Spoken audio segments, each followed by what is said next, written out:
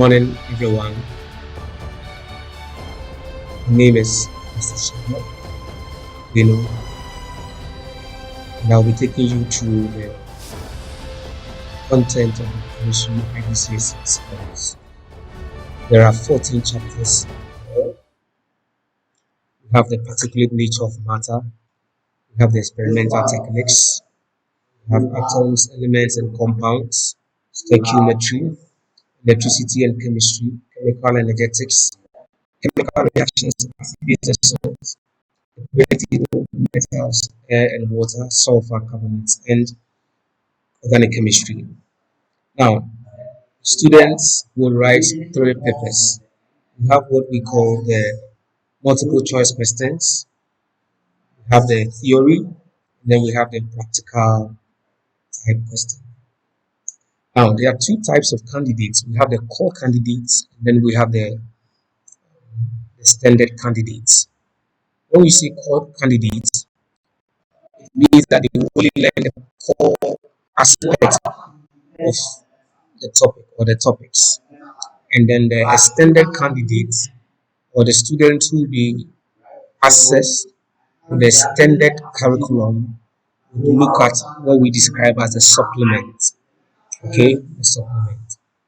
Now, so I will take you through the both the core and the extended or the supplement content. Now, we have three papers. For the extended, we have paper 2, paper 4, and paper 6. Paper 2 is the multiple choice questions. That is MCQs. You have to choose the correct answer from some provided answers. That is 40 marks and it's about 45 minutes. And then we have the paper 4. That is a theory where students would have to provide short answer structured questions.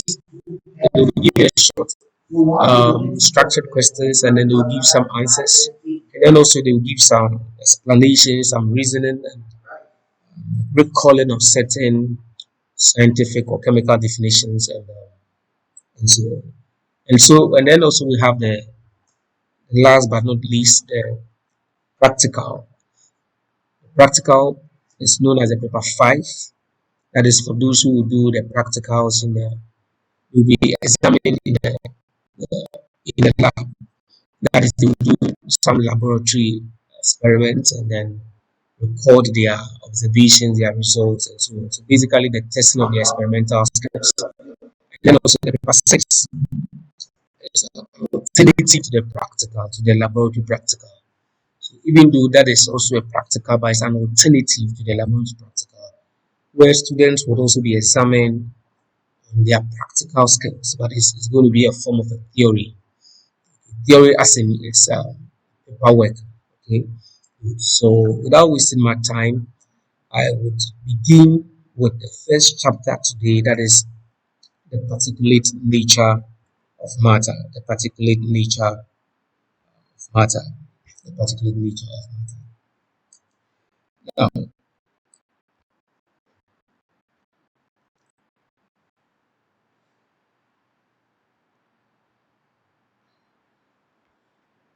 the particulate nature of matter, basically we're going to look at what matter is. What matter is.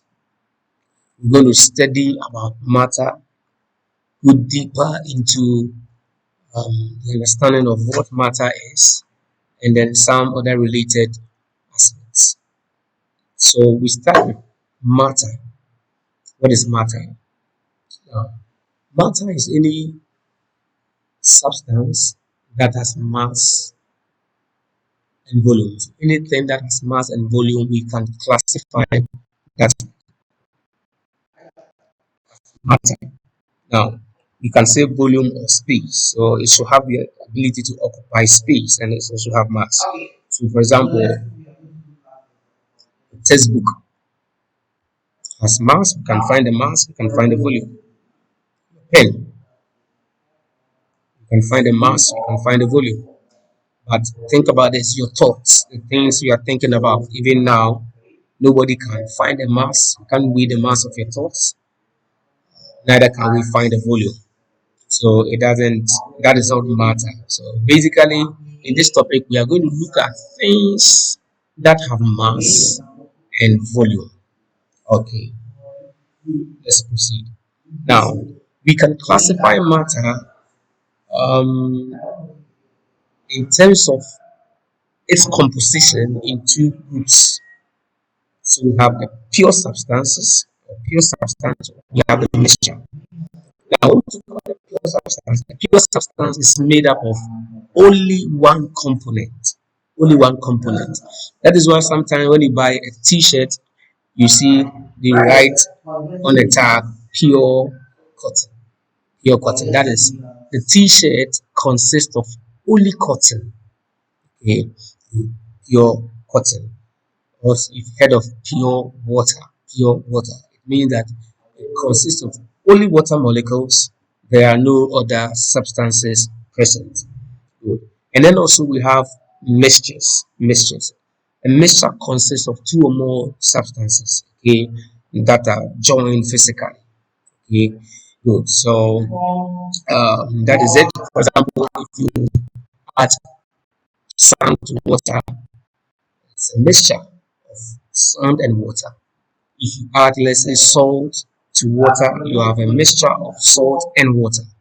Is that okay? Now, we can also classify pure substances as elements and compounds. Okay, elements and compounds. Elements and compounds. Elements are pure substances, right? That consist of atoms of the same kind. So, they are pure substances that consist of atoms of the same kind. So atoms of the same kind. And then also we have compounds. Compounds consist of two or more elements that are chemically two or more elements that are chemically joined. And then also we have when we say homogeneous, it means that they have a uniform distribution. Okay, yeah, they are uniformly distributed. And then for the heterogeneous mixtures, an example is water and sand. An example is clay and let's say a mixture of clay and iron filings. They will fall under heterogeneous mixtures. Okay, these the components in the mixture are not uniformly uh, distributed. They're not uniformly distributed. Good. All right. Now we move on to what we describe as the states of matter. What it means is that matter can exist in different forms. Matter can exist in different forms. We have gas, we have liquid, and then we have solid. For example, water. Water can exist as gas, it can exist as liquid, okay, and then it can exist as solid. As a gas, we call it water vapor, and as a liquid, we call it water, and then also as a solid, we call it ice. So you can have water existing in these three different forms: gas, the liquid, and the solid. Now, we can look at the properties of gaseous substance, liquids and solids with respect to certain parameters. What do I mean? In terms of volume, in terms of their shape, and then also in terms of their mass. We know that for a substance to fall under this category of matter, or to be classified as a matter, the first thing is that it should have a fixed mass, okay, or we should be able to determine the mass. So gas, liquid, and solids, we can find their mass. Okay, we can find their masses. And so property that runs through all is that they all have definite, definite masses. Now, when it comes to the shape, solids have a definite shape. So if you look at examples there, the solid, you can see that the example there, you can see a cuboid. Okay, they have a definite shape. Now liquids also, even though they have a definite mass, they don't have a definite shape. They take the shape of their container. So you could see the beaker right there on your screen.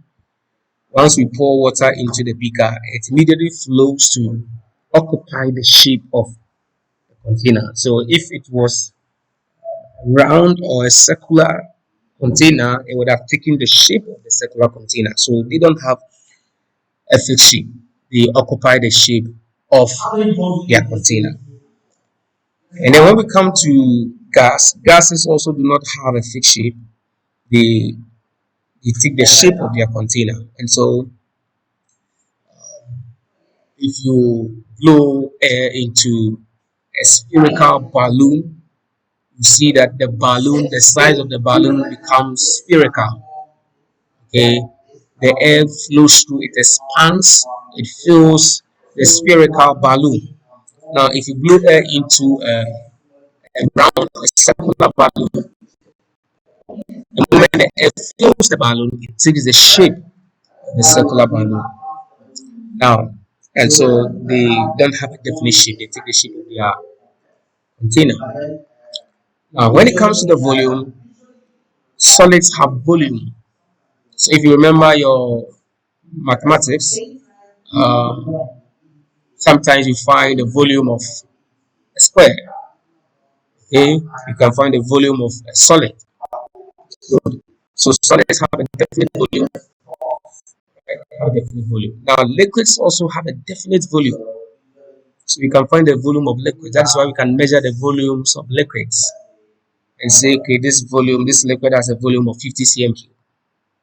That liquid has a volume of 20 cm cube. Okay, good. Now, gases don't have a definite volume. Gases don't have a definite volume. What it means is that you cannot find a fixed volume for any gaseous molecule. They can spread to occupy any available space. And so you cannot have a fixed volume for gases. They spread to occupy any available space. Thank you much. Thank you very much for time. Next time when we continue another session of this class, we are going to delve deeper into the properties of these different states of matter, gas, liquid, solids, with respect to their particle arrangement. How are they arranged? The arrangement of their particles, because matter consists of particles. Matter consists of particles, and these particles can either be atoms, molecules, or ions. So we're going to look at the arrangement of these particles in the three different states, compare them. Then also we'll look at the particle separation in terms of the distance between the individual particles in the different states of matter. Are they close? Are they touching each other? We'll look into that. And then also we'll look at their ability to flow or ability to move. We'll compare these three different states. Thank you very much. If you have not subscribed to this